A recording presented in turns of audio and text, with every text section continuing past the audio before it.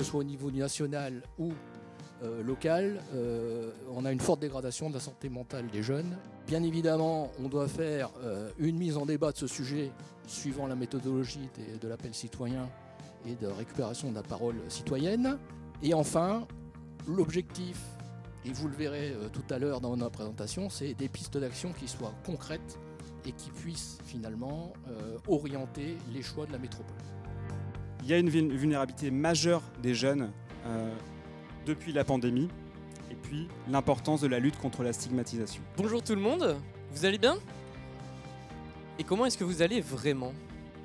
Ah, ça c'est une autre question. Comment est-ce qu'on peut le mieux pouvoir écouter? Parce que c'est vraiment ce qui ressort le plus, c'est un besoin d'écoute. C'est un besoin d'avoir quelqu'un en fait juste qui porte l'oreille, tout simplement. La parole, le dialogue, la communication, ça soigne. C'est la base et c'est absolument capital dans le soin en santé mentale. L'exposition à une personne humaine dans le soin, une personne à l'écoute, formée, c'est vraiment un gage qualitatif dans une prévention.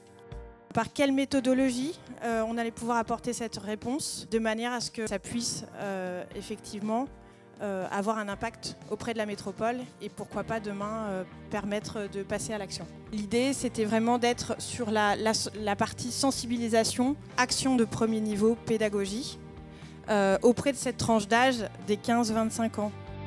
On a ressorti en fait 2 points pour lesquels on a eu tous des difficultés.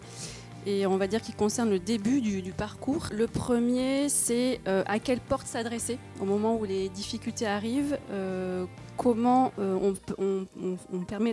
comment on facilite l'accès aux soins. Et la deuxième chose, c'est comment faire pour détecter les signes précurseurs. Ce qui était très intéressant, c'est qu'on était un groupe vraiment intergénérationnel. C'est vrai qu'il y avait beaucoup de diversité. Ça permet d'avoir un point de vue différent sur les situations. Je pense que c'est important qu'on clôture ce temps par juste prendre une photographie un peu de vos ressentis. Globalement, il y a quand même pas mal d'envie. C'est un peu à l'image de ce sujet qui a fait débat dans le groupe de citoyens.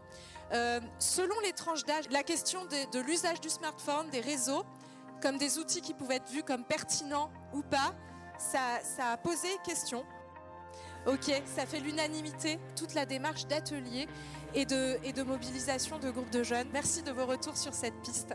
La troisième artefact, la démarche de groupe par les pairs. Là aussi, on a vraiment une envie et des éléments sur la faisabilité de ce projet. Merci vraiment de votre participation au nom de tous les membres du Conseil de développement et des citoyens engagés sur le projet.